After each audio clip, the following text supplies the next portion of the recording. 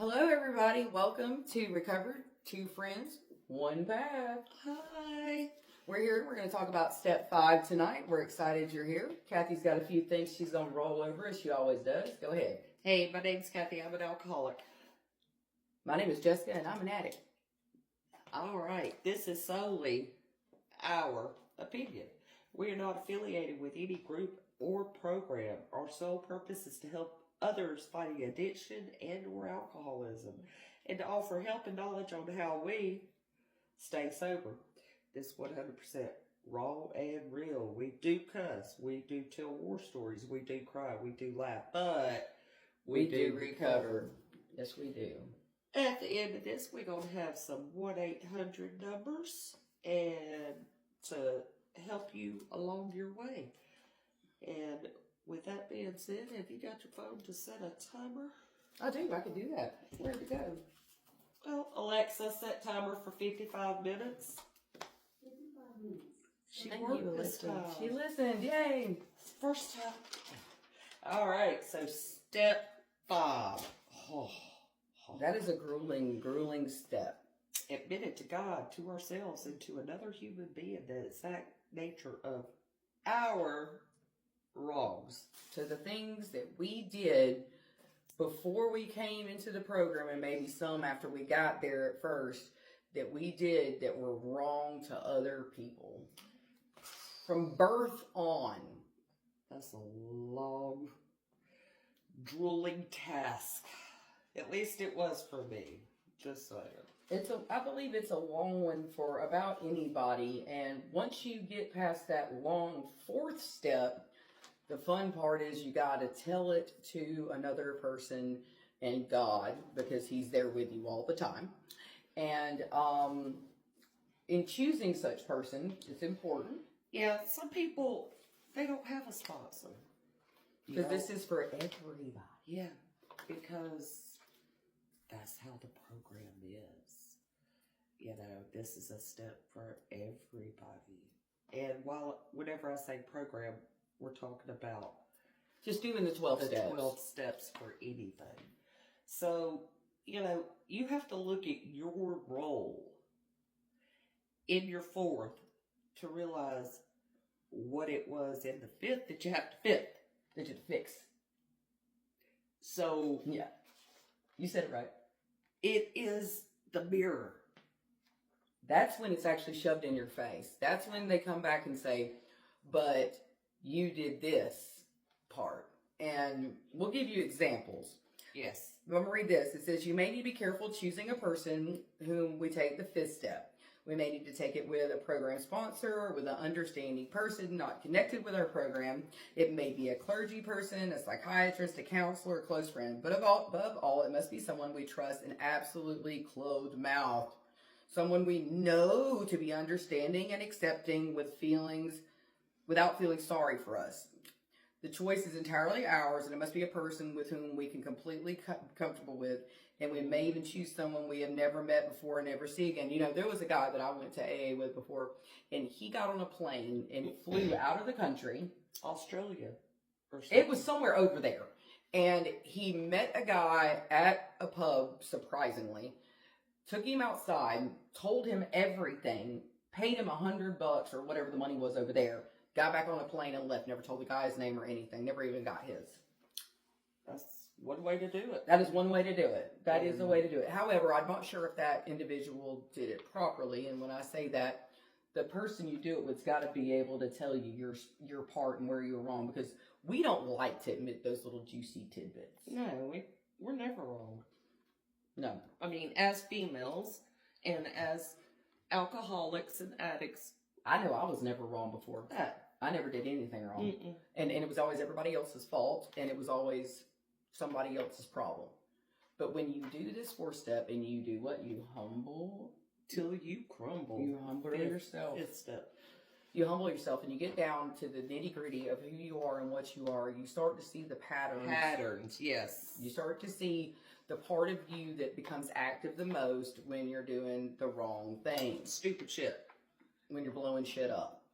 I know for me, my biggest one was my self-esteem. I know that a lot of the things I did was because I wanted to be liked and loved, and that if somebody did something wrong to me, it hurt me, and so I wanted to retaliate. And I know that was personally my fifth step, and so mine was more about my self-esteem than anything. Of course, I was dishonest with things, and of course, I was self-seeking because I was an addict. But you start to see the bigger parts of you that are active in you when you do your fifth step, and you can see where you were. My sex inventory, you know, I hate to talk about the sex inventory. The gorillas. There were 5 on mine and 10 on hers. Yes. And none of them were the same gorilla. No. So anyway, and none of them were hurt in the filming of this. Yes. No. So, but in my sex inventory, I saw that a lot of it had to do with my self-esteem too. So it was a full circle about me not feeling like I was big enough or good enough. And I think that's why I punished myself all the time. I think so too. I think that was a lot of mine was punishment. You know, and that's what alcoholics and addicts do. The reason we drink or use drugs is so we don't feel like ourselves. That's correct. We don't want to feel like Kathy, like Jessica. We want to feel like someone else because we don't like that person or love that person. That's the truth. I mean, we loathe who we are, really. We despise ourselves. And whenever I would walk in front of a mirror after, not after, but while I was drinking, I had become what I despised. And it was Then you wanted to do it worse, didn't you? Yeah, because I didn't want to see the mirror. You punished yourself even further at that point. Yeah, because I was like, well, if I drink enough, I'll just pass out. Or I just won't pay attention, or I won't feel it, or I won't know it, or any of those other things. Yeah. I mean, it was a very eye-opening moment whenever I saw the picture of me the day I went into rehab. Y'all check out the picture of Kathy, old Kathy and new Kathy hugging that she made. That was super cool. Like, actually, somebody made it for me. Did somebody make that for Yes. you? Yes. That was like, when I saw that, she didn't warn me that it was going to be there. And I was like, it touched me in a place in my soul that was like, wow. And I mean, when you see old Kathy hugging new Kathy, and if you are an addict or alcoholic or a person with an addiction personality, you know what it feels like to despise that person. I did. I hated myself. I hated my life. I've become everything that I detested. I believe I did too. And the only way I could get out of that was by drinking more. Drinking more. Somebody said something to me that I drink relief. Yeah. It was, for me too, like the addiction, it was like, take relief. And I didn't have to deal with it anymore. It all just blurred out. Eventually it comes to a halt to where there's not enough, No, I did get to that point, with my pills. I told you, there was a time when I was in the bed and it didn't matter if I had enough or if I didn't have any. I still just didn't want to exist anymore. No. And, I know people who's drank for 30 years and they're like, oh, I drank and didn't have near as many complications as you. It didn't take me long, and the pancreas went out and a lot of it, and this is something that Crystal Miller and Crystal, yeah. She doesn't mind. Keep going. Yeah. We'll talk about is, weight loss surgery. And the studies that are being done. Which she'll be back because she is gathering her info on that. And yes, I talked to her this week. She's that is interesting about the correlation between bariatric surgery, weight loss surgery, and becoming alcoholic. But that's not what we're talking about today. But it is really cool though. So y'all check that one out. She will be back for that. But what I was getting at is it didn't take me long, and my body was shutting down, like death. Well, when you put copious amounts of poison into your system and you just don't stop, it doesn't take long. I remember I went to detox, and there was a lady there that was obviously off her rocker. She was very, very mental. She wasn't there just for detox. And she was there for also supposed to be alcohol detox. And I was like, well, how long were you drinking? She's like, a month. And I was like, you only started drinking a month ago? And she was like, yes. And apparently within a month, this woman had become full-blown alcoholic and had wrecked her life in 1 month's time. And I mean, I was like, how in the hell did this woman completely wreck her life and had to be in a detox program in 1 month? And I still don't understand it. But you know what? I'm not going to ask questions because I understand that it's cunning, baffling, and powerful. God almighty. And it will destroy and just completely ruin anything that it touches. And so your disease wants you dead. It does. Period. Yes. And a lot of times your disease, whenever it talks to you, it sounds just like you. Yeah. It's your voice saying, go ahead. Go ahead. But it's the same old shit every time. You start to hear it and it's like a record and you already know, just shut it up. You're just like, you know what, Priscilla, be quiet. I already know what this is. And I just tell it to be quiet and I go on about my day. And I was not always that strong. No, I wasn't always that strong. You're a one-chip wonder, though. So you have been that strong. Like, you laid it down, stopped, and that was it. Because you didn't technically pick up a chip the first time you went. No, I wouldn't. No. So I wasn't ready. you weren't ready. So she picked up a chip. One-chip wonder is someone who picks up a chip and they never drank again. I picked up 100. So we're 102. 102? Maybe. Yeah. So, either way, I tiled my bathroom with them and we're back. So, I do know that doing the 5th step changed my life because I was able to see the root cause of the things that I was doing. Mm-hmm. And I was patterns. I was able to nail down why and what and how and who, which falls into the next steps, which is you can read off the next few, and we're not doing the next those. one. Yes, we're not doing it. We're entirely ready to have God, your higher power, whichever, remove all these defects of character, Which you find in your 5th step. Then it moves on into your amends, which you also find in your 4th and 5th step. And then step 7, humbly ask Him to remove our shortcomings. We'll get to that too. But all of the rest of the next steps flow from step 5. So after you've sat down with your trusted person and you have looked at yourself and you've looked at what you've done, you see what you've done and who you are and what you were, and you start making changes and you start accepting God or your higher power as your higher power and start leaning on Him for guidance to become the new you and to fix all of your wrongs that you did. Because we do a lot. It's like a trickle-down effect. You know, as addicts, alcoholics, we hurt, say, our best friend. They go home, they hurt their husband. And their children. You know, it's a trickle-down effect. And, the buck has to stop somewhere. Well, you know, it's a whole life change. And I don't think people really understand. Because there's part of me sometimes that I do want to be a little tad bit of the old Kathy as far as attitude. You know why? Because those things worked for you before. They did. But then I have to check my motives. You know, I check my motives. And yeah, I still every now and then will fly off the handle.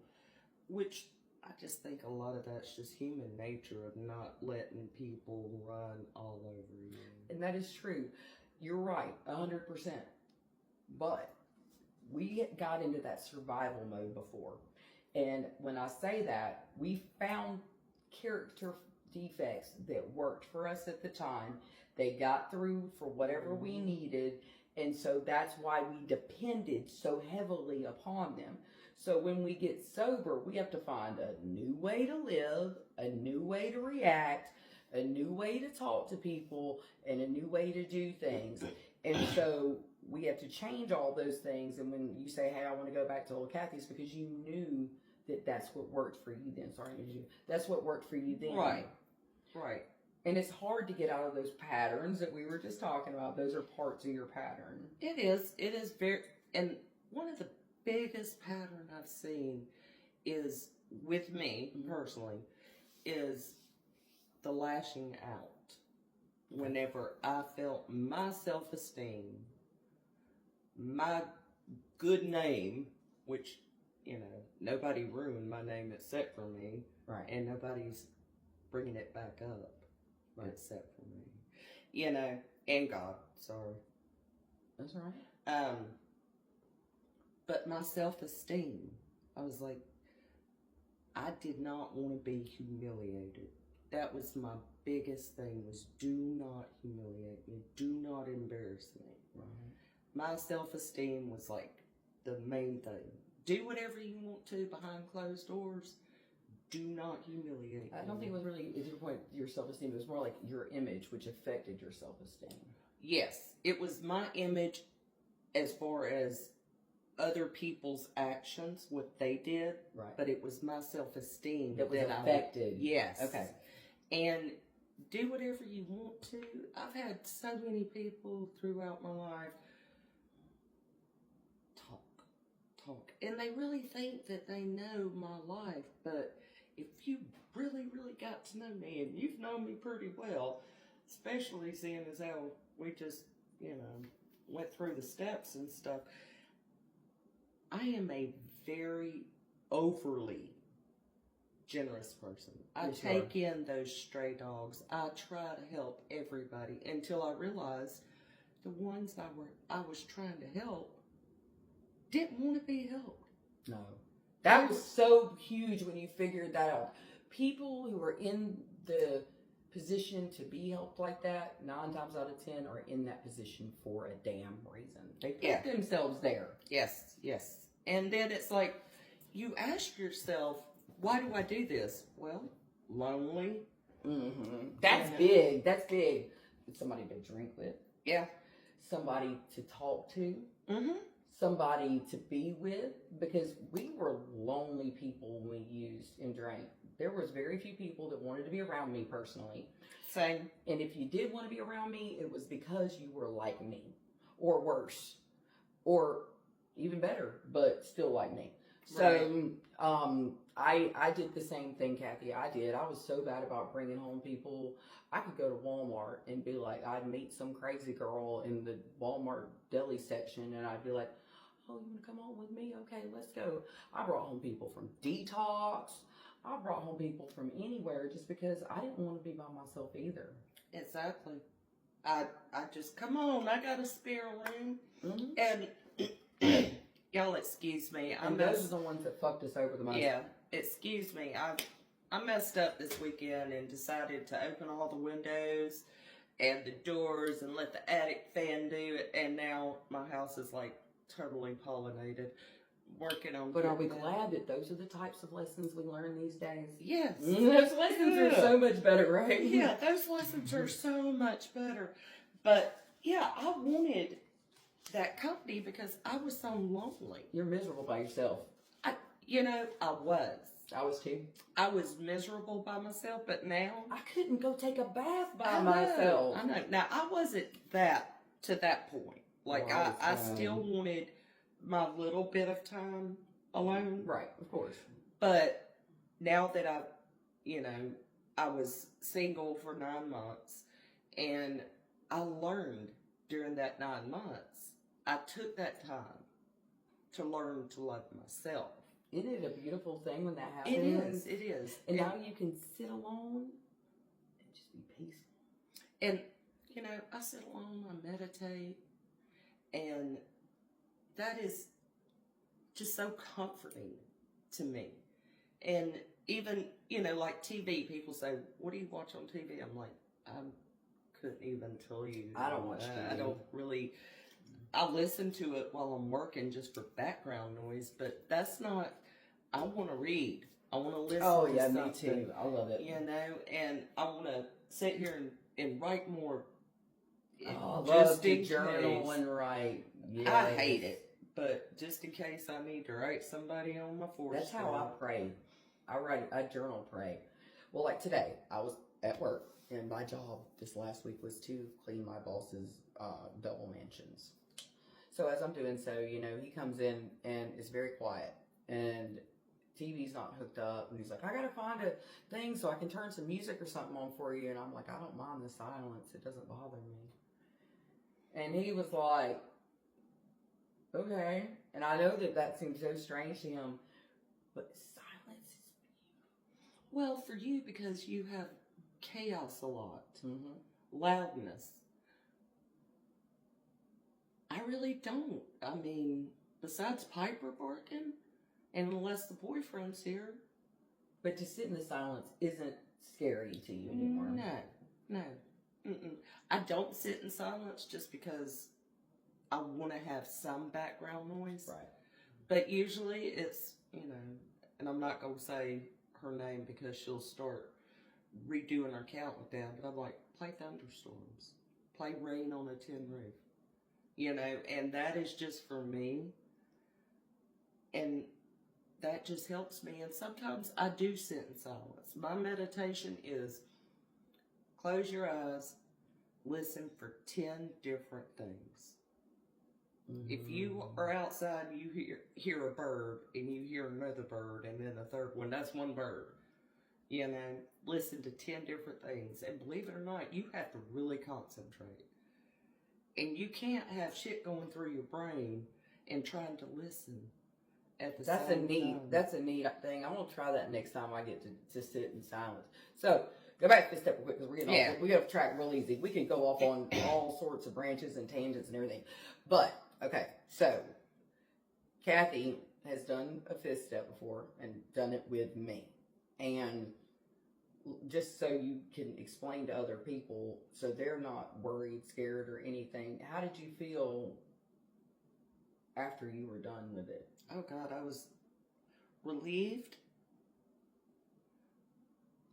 and a little, I don't want to say anxious, but I was a little, just because the anxiety of saying something out loud makes it real. The anxiety of writing it down, pen to paper, makes it real. So the anxiety was lifted because I'm like, all right, someone else knows all the shit I've done. Right. So it was a relief to me to be able to have someone that I trusted. That's right. In order to get that off, because it was sitting there and it just eats your lunch. It does. And those of you. Now, the first 2 days, from the outside in, I could tell Kathy struggled. And it was hard to do what she did. Now, after a few days and you started depending on a higher power to do things, did it get better? Oh yeah, definitely. Once it was like, okay, it's out there, I done it, I own it. That's a lot of it. I own my shit. Mm-hmm. Other people say they own it, and I'm like, you don't own it unless you stop the same behavior. Boom. Did y'all hear that? For the people in the back, say that again. You don't own it unless you change the behavior. That is a true apology. Changing the shit you do, that's repentance. Turning around the other direction. Yes, don't wash, rinse, repeat. Oh, I own it. I done it. I own it. You can done it again, and you still own it again and again and again if you didn't change anything. Exactly. I hate it when somebody says, oh, I own that. I done it. Mm-hmm. And then turn around and do the same shit. It's like, you didn't own it. You didn't ask for forgiveness. Boom. B, you keep doing the stupid shit. Wash, rinse, repeat. Which is insanity. Oh, yeah. At its best. Mm-hmm. Which is not recovery. It's the opposite of recovery. But then, people are like, and people, I'm not talking about anybody in particular, so nobody get butthurt out there. They wonder why. Their life is a giant dumpster fire. It is like, if you add trash to it, guess what happens? poof, boom, Mhm. boom. Add a little gasoline to it. And then say, why is it flaming up? Well, dumbass, you're over here feeding it. And when you stop feeding the bullshit and you stop fanning the fire and you actually start doing the right things and putting fires out, apologizing, changing behaviors, and Apologizing and meaning it. by not doing the same Hey shit. y'all, let me tell y'all something. An apology is not saying you're sorry. An apology is changing what you do and not doing the same shit again and again and again. I can come in here and slap Kathy in the face and be like, oh, Kathy, I'm so sorry. And then come back the next day and slap Kathy in the face again and say, I'm so sorry. And you know what? Every time I do it, she's believing I'm sorry, but guess what? I'm not, because I came back again and did it again and again and again. I'm sorry is just words. Exactly. I want to see a behavior change. And once that behavior changes, that's when growth happens. Oh, growth happens after you change. And it's inevitable. If you are doing what you need to do to follow whatever program you want to, we're just for The everything. 12 steps, that's what For we do. everything. It's inevitable that your life doesn't change. If you do it correctly and you stick with it and your life doesn't change, you may be doing it wrong. You might have an issue. You might be doing it wrong. Because life still is going to life around. Life's going to be lifing. Around all of this, okay? But if you are centered in yourself, you've made the difference, you've made the changes, you're working your program, you're making your amends, you're changing the way you do things, your life is going to get better from the inside. You can buy all the houses you want and drive all the nice cars you want and have a rotten damn soul. You can wear you can wear the prettiest clothes and the biggest diamonds, but your soul is rotten. And wear the best perfume and cologne. You are rotten on the inside, and that does nothing for you. Now, you can go and compress that coal on the inside and change and mold and make yourself better and be so beautiful inside. And that stuff just radiates everywhere, and it changes everything around Yeah, you. don't we look radiant? So it changes everything, and it changes your perception, even if your life is shitty. It'll change the perception of the things that are going around you, because life is still going to happen. Life's going Bad things still happen to good people, unfortunately. But guess what? Those good people can stay sober. Well, one bad day sober is better than 1,000 good days drunk. That is the truth. You know, I've had some bad days. Lord, no. This past, coming up on a year, whew, it's been rough. It has been... I've watched y'all. It has. It's been hard on her, man. It's been very, very hard. And whenever I go and do speaking things, people say, man, you're one tough bitch. Because I would have relapsed this time, and I'm like, you know what? When it's not an option, I don't think Kathy's done something different than everybody else has done. She's removed the option off the table. It's not an option for her. No. Relapse is death for me. Setbacks are not possible for people who don't even have it in their vocabulary, and it's not in hers. So, and she means it for real. Like Kathy, a lot of people know and don't know, but Kathy, if she has a drink, she will die. Yeah, once. Yeah, not metaphorically, like literally, and not the same day. Well, maybe, but yeah, it. So, it is so important for Kathy to work a program to the best of her ability, just like it is for me. And this podcast helps us. Big time. I posted that today, y'all. This is my meeting.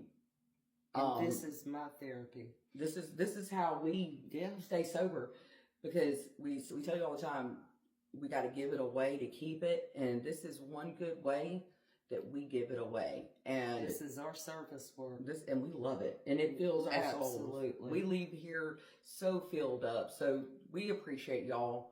Thank you so much for listening and sending messages to us, asking questions,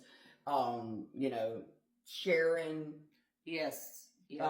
Just subscribing, all that stuff. Telling all your friends, letting everybody know about it, because we love doing this for y'all. We really do. This has made our lives incredibly awesome. Oh God, yeah. Yeah, well, it made it more awesomer. It added to it. Yes. It was just a little paprika. Just a little sprinkle. You know, what's that one with the little, just a little sprinkle. Yeah. It added to it. And this, like Jessica said, is therapy. It is such good therapy that whenever I go to sleep, the day of a podcast, well, every night, but whenever I go to sleep at night, I'm reminded, with all the messages and stuff, I'm like, oh, if it's just one person that says, hey, you know what? I saw you, I saw Jessica, I read your stories, and you helped me. And I'm like, yes. Or the one I love is, hey, I was watching your podcast and I heard what you said, and I think I might have a problem. I didn't think I had one before, and now I might think, and it's like, okay, this is great. Like, you're identifying that because you've watched something that we've said, that you're wanting to change something with your life that you didn't even know was wrong before. And it's so great for us to be able to know that we're doing this to help y'all. And we can't say, oh, well, you're an alcoholic because you do this. All we can tell you is what we did. What we did and what we do. I can't sit there and say, oh, yeah, you're an addict, you're an alcoholic because you drink this and you do that. No. No, let me see those papers over there while you're talking. I can't, we don't know your lives, All we can do is tell you what we did, our rock bottoms, and luckily we found those trampolines. The trampoline and jump back. And, a trampoline, you just keep getting higher and higher and higher. And eventually, you touch the sun. And whenever you are as happy, and I'm very happy with my life right now. Good. And I have avoided the playgrounds, the playmates, and playthings. Ooh, you've got to stay away from all those people, y'all. I know that places, you love them. Things. I know that some of these people you love. I know some of them may be your family members. I know that some of these places may even be your home you grew up in. But I'm sorry, I can't go to those areas and know that I'm going to leave sober. Well, that's why a lot of times whenever I was in certain areas, a couple of months ago, I'd call you, be like, "Hey, talk." No, I'd talk to you till I heard the alarm go off when you walk in the door. Because look, y'all, not even people who don't have an option fall, and I've been very close myself to making bad decisions. I am not excluded, and I'm not either. I just know that I can't go back to those people, those places. I've got best friends that are still out there that I love dearly, that I cannot be around, because you have to keep them. You have to keep them there. Yeah, you got to keep them, even as bad as it says, even family members. And I'm not speaking about anybody's families or anything like that. There's just mine. I've got family members personally, not like anyone who's still alive, but I've had family members that I partied with. Well, yeah. And after I got sober, I couldn't be around them anymore. I had a mother, and I'll tell everybody. My mom told me that she wished that I would still be getting high because she was able to manipulate me better. And I know that if I would have continued to be around her, I would have done something stupid. Because I'm not, even though I worked a program, even though I got 5 years sober, I'm not strong enough to continue to go back to that same place over and over again. No. It's not good for you. It can still come out of it sober every time. It's just, after a while, you're going to get a haircut. If you hang out in a barber shop too long, you're gonna get a haircut. You're going to. So let's go back to fifth step, because we have gone off again on a tangent. So fifth We step. do that. It's all good stuff, though. Yeah. So we're going to talk about the fifth step a little bit, and we're going to give an example just so everybody knows. So on your review of harms other than sexual, I'm going to be the person giving, and she's going to be the person that's doing the fifth step with me. She's going to be my sponsor today. So, who did I hurt? Okay, I'll say that I hurt my husband. What did I do? I punched him in the face. Okay? I got to look and see what part of that it affected when if any, if I punched him in the face. And I can say that, where's the one we were looking at? Where's the one? Where was it at? The one that had all the stuff on it. No, it's sex conduct. Anyway. It's the same thing. Yeah. All right. So, or if I affected anyone else in a certain kind of way. So if I punched him in the face, Kathy would ask me, did it affect myself that I was hurt socially, security, sexually, or any of my ambitions? I would probably say security, because my husband would be part of my security. I live there. He pays my bills. He's my husband. And then what exact nature were wrongs or my faults or my shortcomings that were involved? I would probably say that my anger, my fears, my self-esteem, because I probably punched him because he hurt my feelings. Or because he drank the last bit of coffee. I'm really bad about him. He is bad about having to have at least one bite of everything I own. And he's going to get punched over it.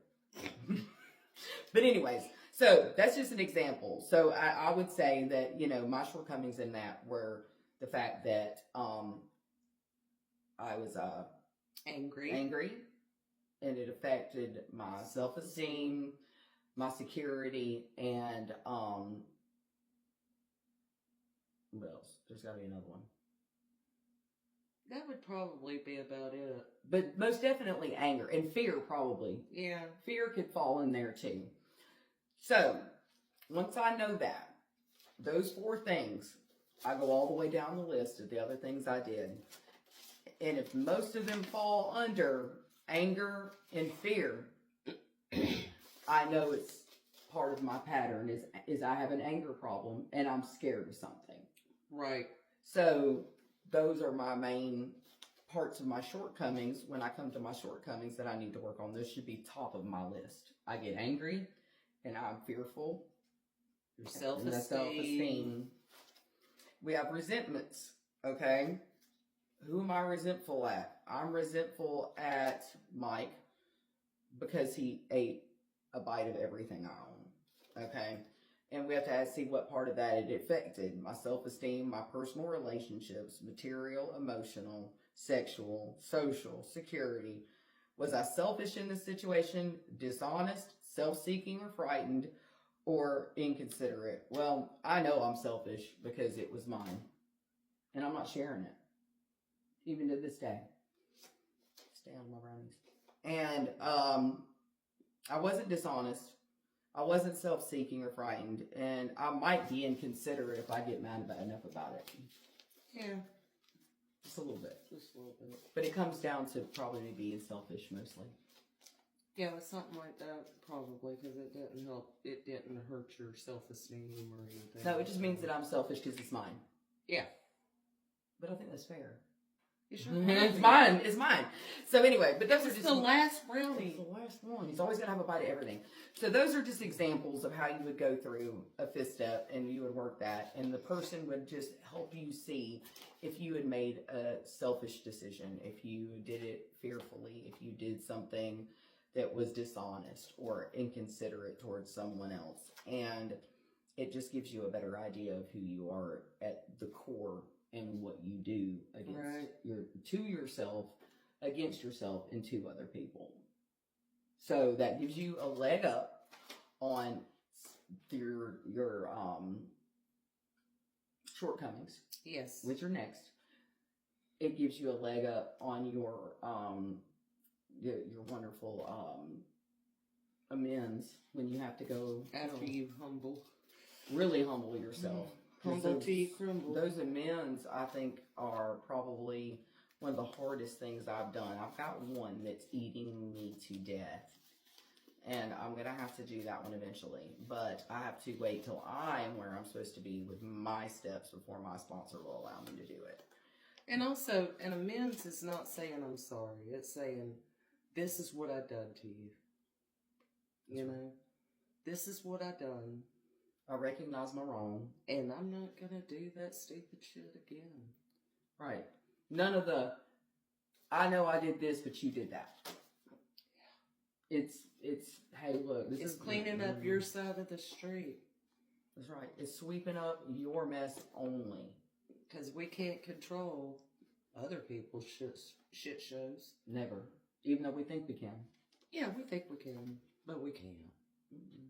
No, we're only responsible for ourselves, for the things we do, the things we say, and the things that we put into our bodies. And that's it. That's literally all we are allowed to be in control of. And that's, well, you know, I was talking to somebody the other day. We are the only things that have self-will. Mm-hmm. And as alcoholics or addicts, that's when we have to give our willpower away one day at a time. And somebody asked me, what exactly does one day at a time? That's a lot. That's a whole podcast in itself. Mm-hmm. That's a good idea. We'll do that one day. Remind me. We'll write that down. We'll write that down on the list.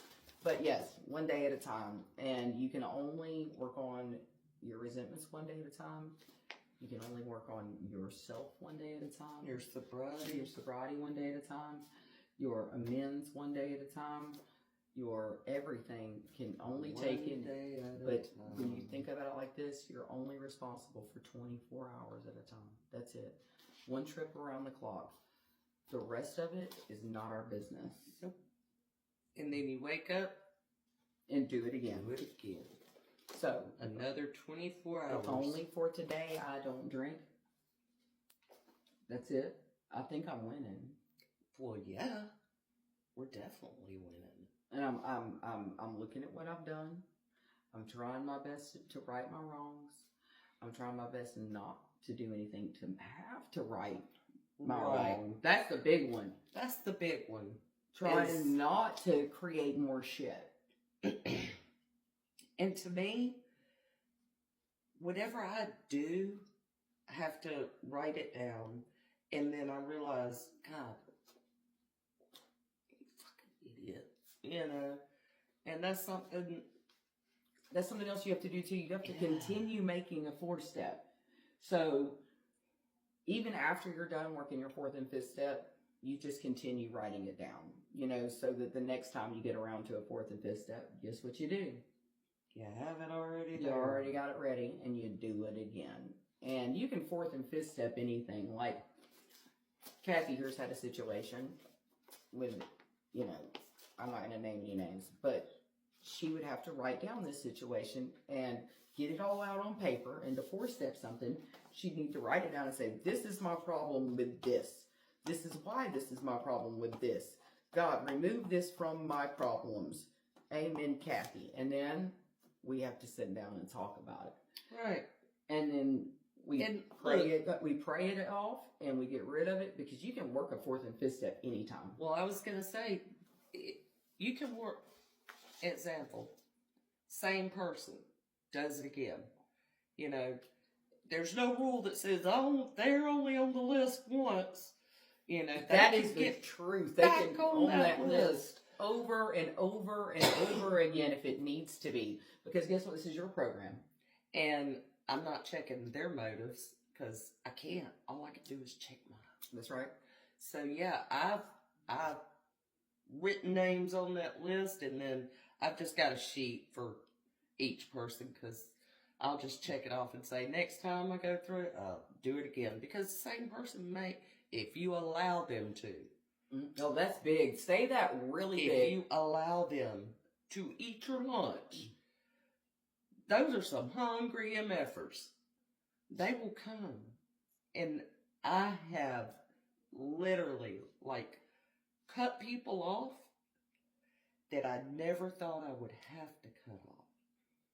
And that, don't get me wrong, there's still some people that think I've cut them off, but I really haven't. I've got to get in a good place. You can have boundaries that are safe for Well, you. a boundary is a door.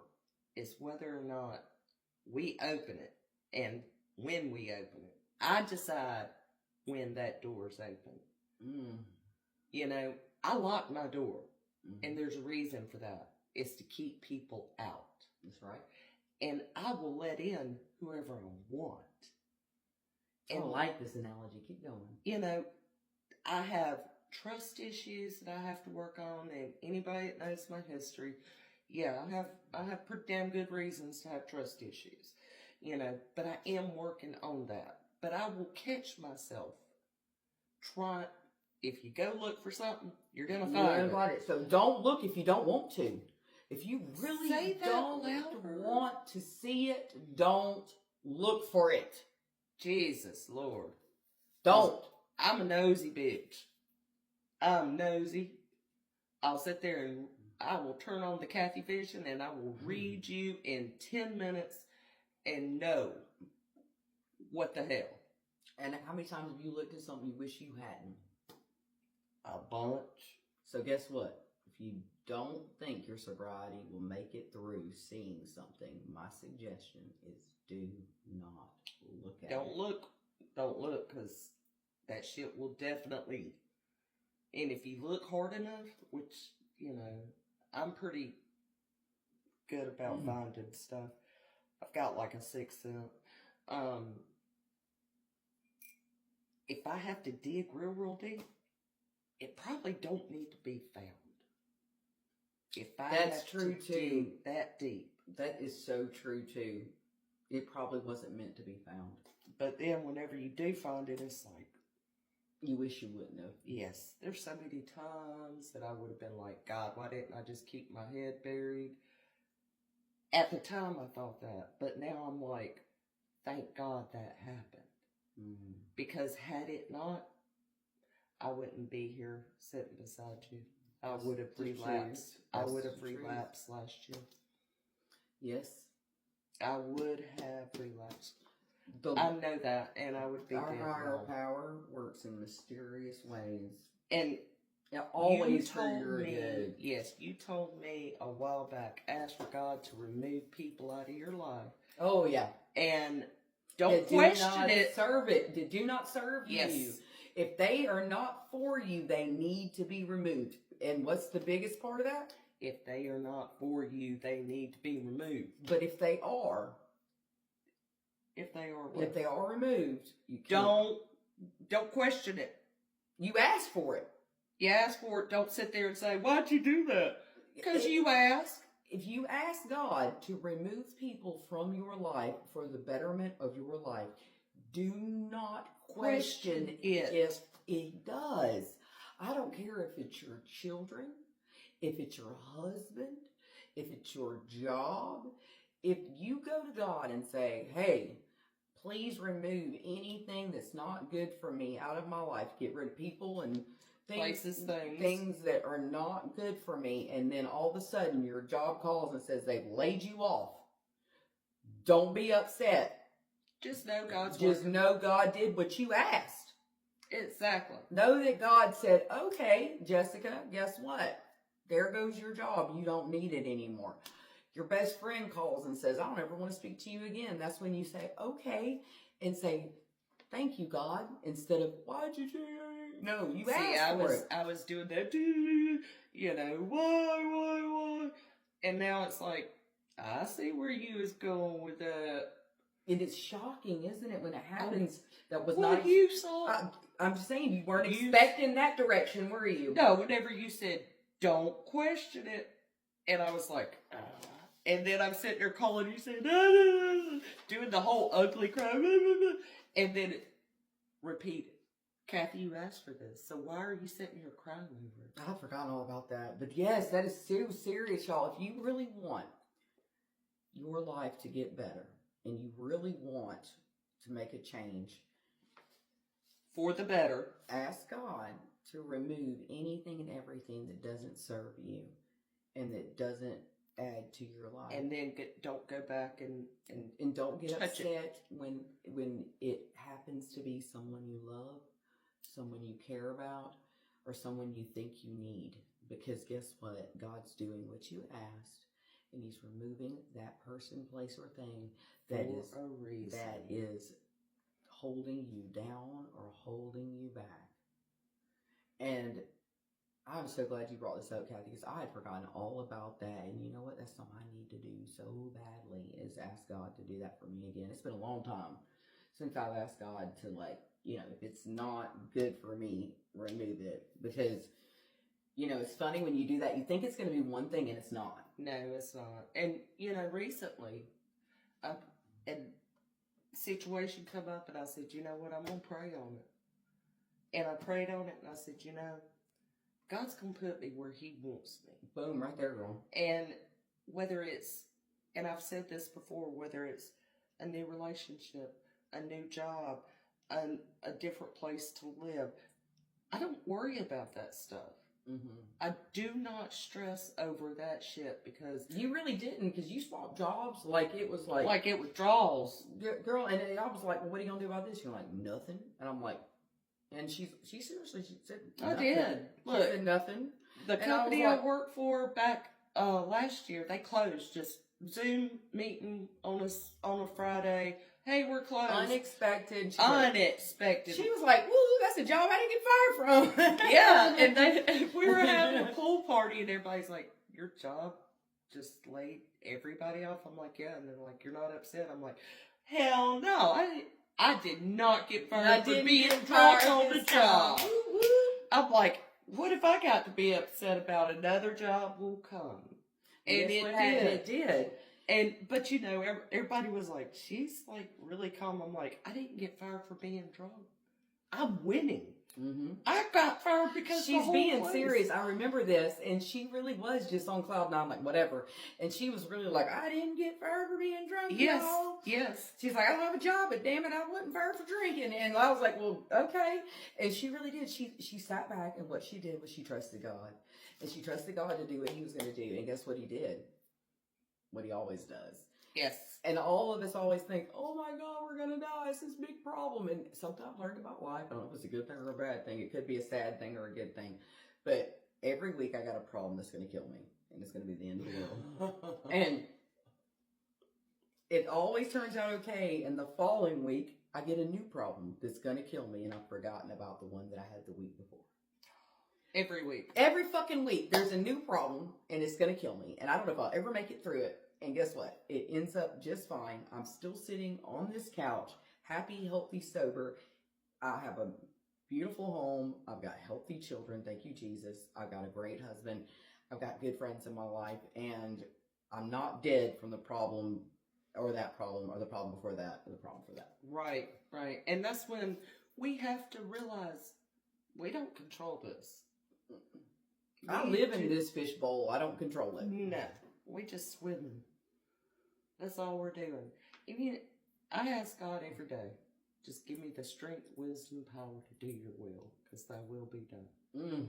And what was the one Stephen says? I love the one Stephen said.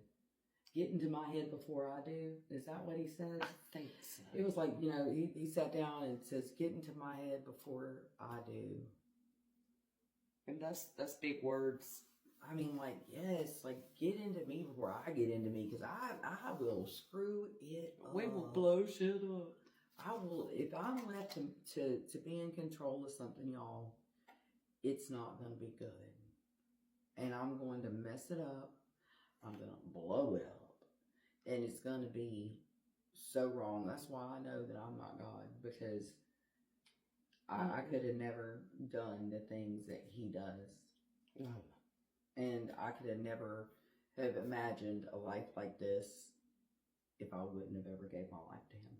Well, see, as alcoholics and addicts, we think we are godlike. We're going to do opposite of what we're not supposed to, or opposite of what we're supposed to do. Mm-hmm. You know, we're going to do whatever we want to do. We are self-will run riot. That's pretty good. It's self-will run riot. And it's like you just said, exactly the opposite of what we're supposed to be. We're supposed to be giving our will up to him. Slowly but surely. Boom. And tick, tick, boom. Quick. I'm glad today that I found a program of recovery and that I have good people in my life, that I have good friends, and that I work steps, and that I am willing to change. You got to be willing, because if not... Alexa, stop alarm. We got a few minutes and it's over with. I'll finish my thought. But if I'm not willing, I'm not doing anything.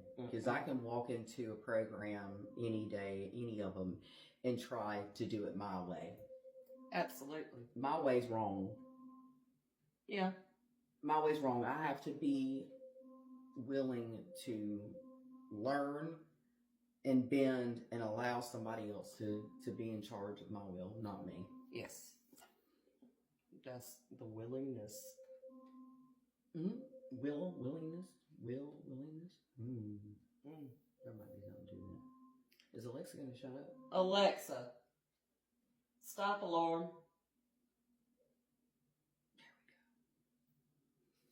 You have anything you want to add before we close out? Oh, let's do the numbers.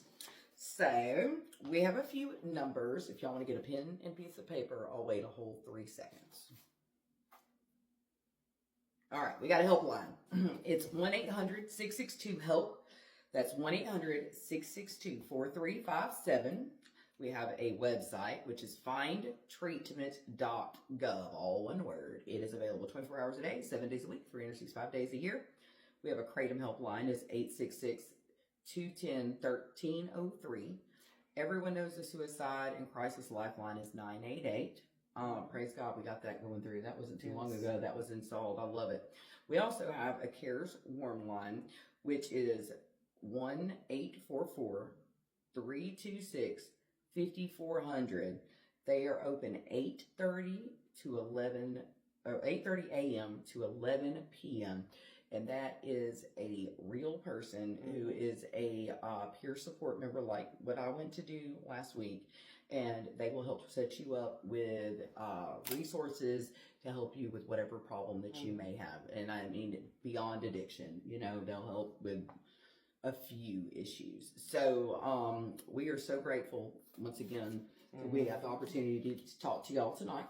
And if no one tells you today that they love you, remember, we do.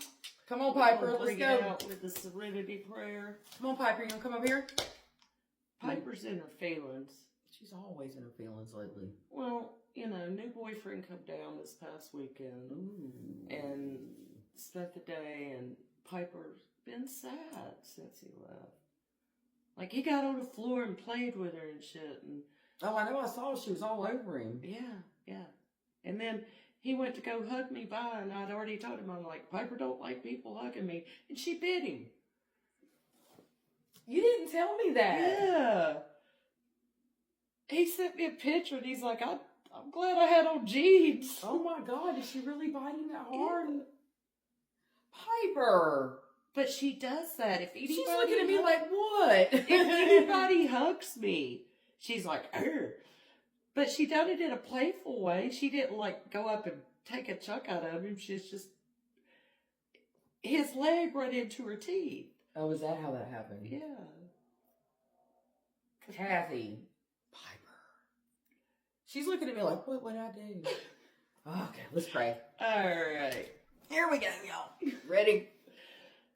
God, grant us the serenity to accept the things we cannot change, the courage to change the things that we can, and the wisdom to know the difference. Amen. We love you. I'm going to pack. Y'all have a good night. Bye.